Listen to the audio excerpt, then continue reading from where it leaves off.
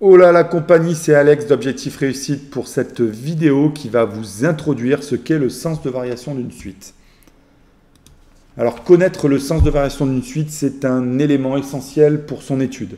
On va tout le temps vous le demander dans un exercice, donc prêtez une attention toute particulière à ce cours parce qu'il est très très important.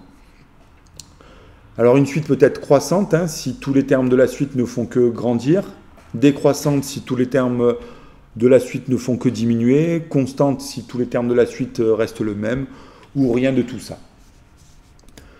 Au niveau du sens de variation, la définition purement mathématique, on retiendra qu'une suite est croissante si pour tout n appartenant à n, un plus 1 est supérieur ou égal à un. Ça c'est comme je vous le disais à l'instant, tous les termes de la suite ne font que grandir. Décroissante si pour tout n appartenant à n, un plus 1 est inférieur ou égal à un, ça c'est si tous les termes ne font que diminuer.